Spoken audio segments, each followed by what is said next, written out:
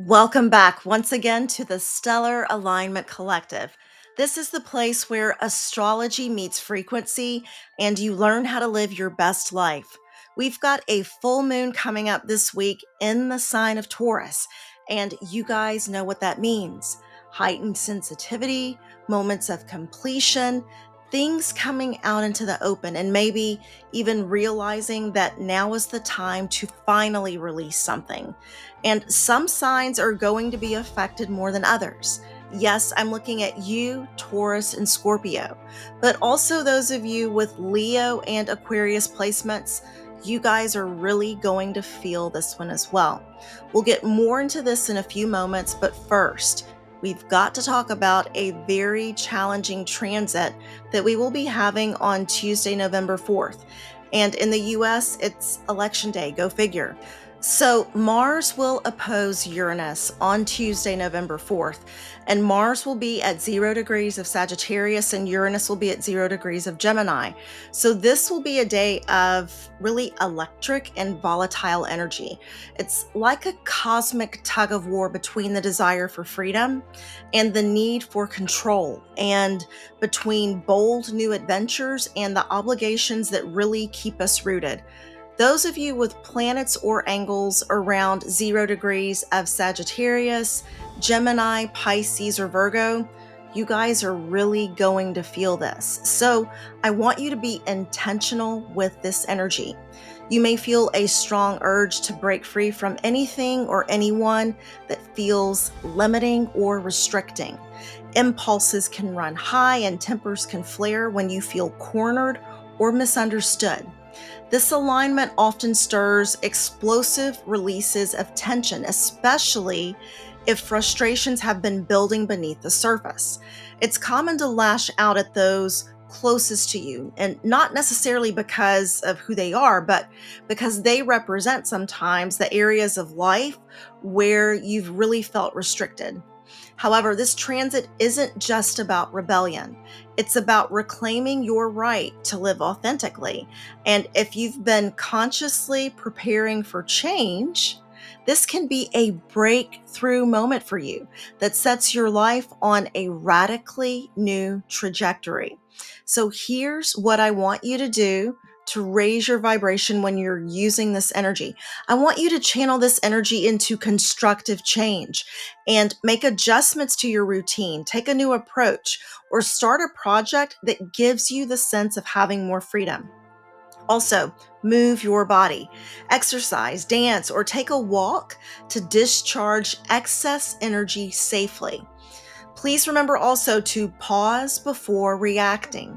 Give yourself a moment to breathe before speaking or making sudden decisions. And I want you to welcome flexibility.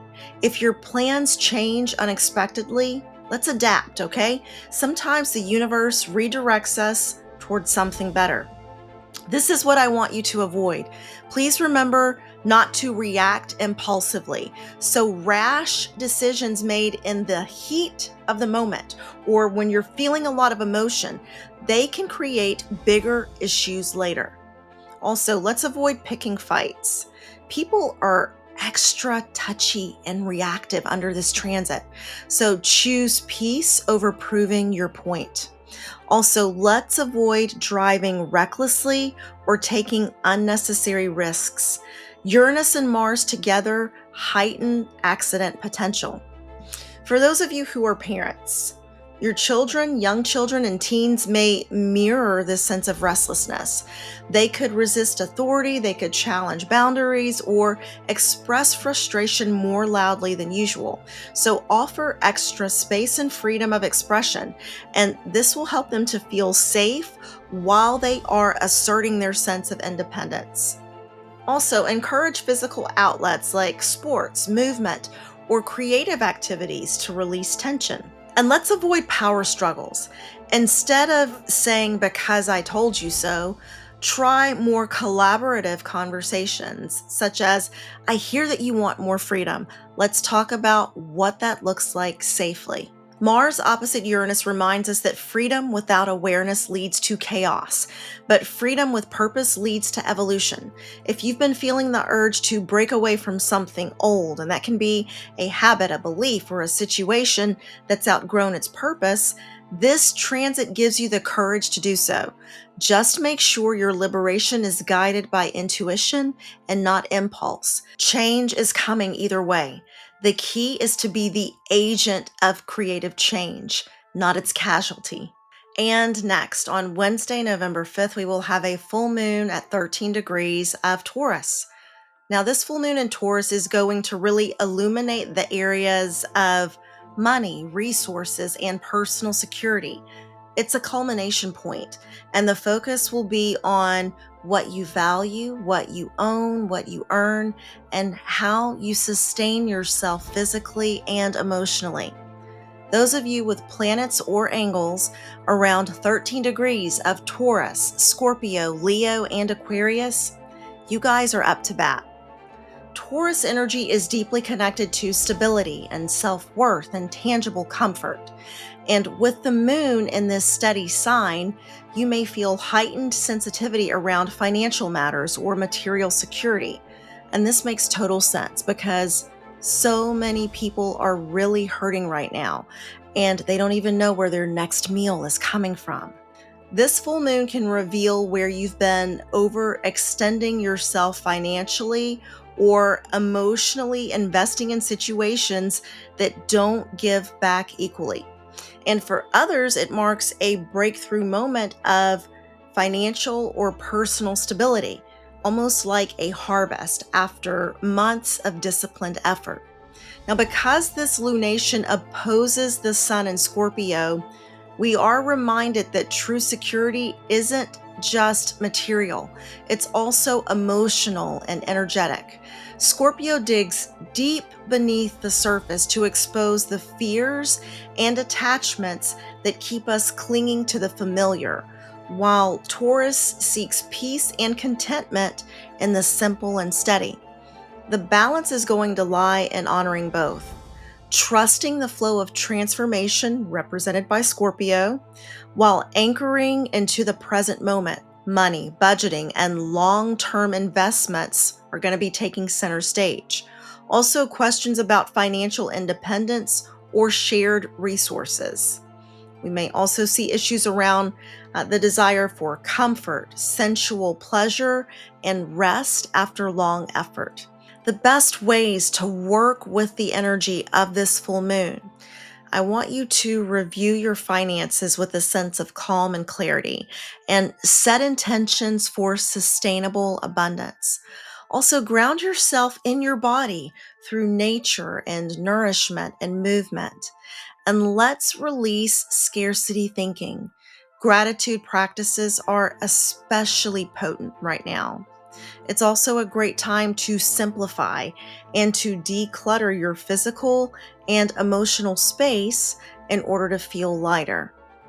For those of you who are parents, your children may crave comfort and consistency under this energy. So you can create soothing routines such as a favorite meal, cozy time together, or something sensory like baking or crafting. And if you've got teenagers, they may express concern about money or the future. And this is a good time to model calm and practical decision making and teach that true wealth begins with self-worth. It's a lesson that this full moon amplifies beautifully. And next, on Friday, November 7th, we will have Venus at the first degree of Scorpio squaring Pluto at the first degree of Aquarius.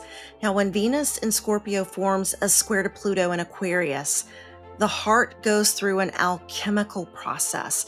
This is not a light or easy energy at all, okay? It's intense and it's deeply revealing. It brings to the surface what's been hidden in relationships and finances or matters of self-worth. Those of you with planets or angles around the first degree of Scorpio, Aquarius, Leo, and Taurus, you guys are going to feel this the most. Now, at its highest expression, This transit can bring profound emotional awakening and transformative love experiences that shift your consciousness and really deepen intimacy. But the shadow side of this energy involves control, manipulation, and a fear of loss. You may become hyper aware of changes within a close relationship, changes that can no longer be ignored or glossed over. This energy asks for emotional honesty. If something is changing, forcing it to stay the same only creates pressure that will eventually explode. The challenge is to surrender control and allow transformation, trusting that love evolves through truth, not possession. These are some of the themes you may notice with this transit. Relationships may feel more intense, passionate, and revealing. Old emotional patterns of control, jealousy, or fear of rejection will surface. Also, you could see power dynamics in love, money, or self worth. Here's how I want you to use this energy to raise your frequency. I want you to be honest with yourself and others about what you truly feel, and allow change and trust that transformation creates deeper authenticity. Also, let's practice emotional regulation. So take a breath before reacting. And here's what I want you to avoid during this transit. Please don't try to control or manipulate someone out of a fear of losing them. And let's avoid guilt tripping or giving emotional ultimatums, because they really, at the basis, they erode trust. Also, let's avoid financial power plays or overspending to soothe insecurity. And finally, don't confuse passion with possession. True love honors freedom. For those of you who are parents, your young children and teens may really feel extra sensitive, reactive, or possessive under this influence, especially in their friendships or sibling relationships. So encourage healthy emotional expression instead of suppression or blame. And for younger children, you can offer reassurance and structure, as this transit can really stir up a sense of insecurity. And we can teach that love doesn't mean control. It's about trust and respect. And for your teenagers, talk about emotional boundaries, talk about what they look like and what mutual respect looks like, and help them to recognize when jealousy or comparison is taking over, and guide them to channel it into self-awareness and self-worth. So this is a great time for heart-centered conversations about how to navigate emotions without letting them dominate behavior. So Venus square Pluto reminds us that love is a catalyst for growth. Relationships mirror our deepest fears and desires, and this transit reveals where transformation is needed most. If you face the truth with courage, this energy can liberate you from emotional patterns that no longer serve your soul. So let go of control, embrace vulnerability, and allow love to evolve. The heart becomes strongest not by holding on, but by surrendering to its own power to transform. And finally, on Sunday, November 9th, we will have Mercury retrograde at 6 degrees of Sagittarius, beginning all the way through November 29th. And I want you to remember, Mercury retrograde is not something to fear. It's an invitation to slow down and to reflect and realign. This is a powerful time to revisit and review and reassess and reorganize your plans and priorities. When you move with the energy instead of against it, you'll find that Mercury retrograde can become one of the most productive and clarifying times of the year. So Mercury will station retrograde in Sagittarius, the sign of wisdom, expansion, and perspective, but also exaggeration and blunt honesty. So over the next few weeks, the universe really invites us to slow down, reflect, and realign our thinking with our deeper truth. Sagittarius energy is all about the big picture. And when Mercury moves backward here, we are asked to revisit old beliefs and unfinished conversations and outdated stories that limit our growth. This retrograde can bring travel delays, communication mix-ups, and tech glitches. But the deeper message is about redefining what truth means to you. It's time to re-examine your vision and to reconnect with your faith and question the philosophies guiding your choices. If you've been moving too fast or overcommitting, this transit helps you to pause and realign your direction before taking your next leap forward. So here are some survival tips for Mercury retrograde. I want you to triple check everything, especially emails, appointments, and travel details. Also, don't take misunderstandings personally. People's minds are really processing on a deeper level during this time. And let's use the prefix re as our mantra. Reflect, revisit, reconnect, revise, reorganize, reassess, and release. And let's trust divine timing. Delays often protect or redirect you toward something better aligned. So, here are some things that you can do during this Mercury retrograde to use the energy constructively and raise your frequency. You can review, revise, and reimagine. So, this is the perfect time for editing and refining and rethinking your plans. Also, back up important files and double check travel details before heading out. And revisit your beliefs and values and ask, does this still feel true for me? And let's practice active listening. So clarify before reacting or assuming something. And it's a great time to reconnect with old teachers and friends or mentors who once inspired you. Here's what I want you to avoid. Please don't jump to conclusions because things may not be as they appear. Also, avoid impulsive travel plans or signing big contracts until Mercury goes direct if possible. And let's try not to preach or push our opinions on others. Sagittarius energy can really come across as self-righteous sometimes. And avoid major tech purchases or launching big projects during this time. It's better to use this time to refine your vision and your plans instead. For those of you who are parents, your young children and teenagers may struggle with mental restlessness, distraction, or misunderstandings during this retrograde. So it's not a great time to pressure them academically. Instead, we can focus on just encouraging their curiosity. And for younger children, remember to keep instructions simple and repeat them gently if needed. And also expect some forgetfulness or some oops moments and have patience. It will go a long way. And let's try to remember to turn mistakes into learning moments by helping our children to reflect rather than react. For those of you with teenagers, you can encourage open dialogue, but remind your teen to think before they speak. Mercury in Sagittarius is notorious for blurting things out. Also, help your teen to slow down when studying or traveling, as it'll be easy for their attention to scatter.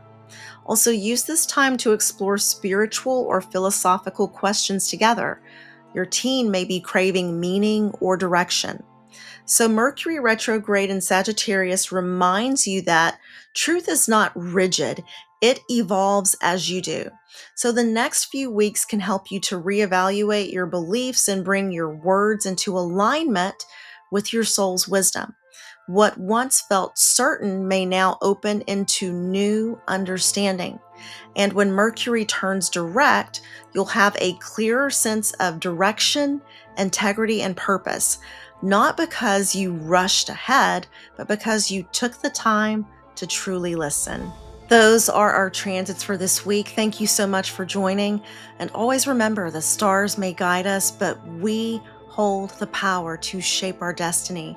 Don't forget to like, subscribe, and share this video with someone who loves astrology as much as you do. I'll see you in the next video, and until then, may the planetary forces be with you.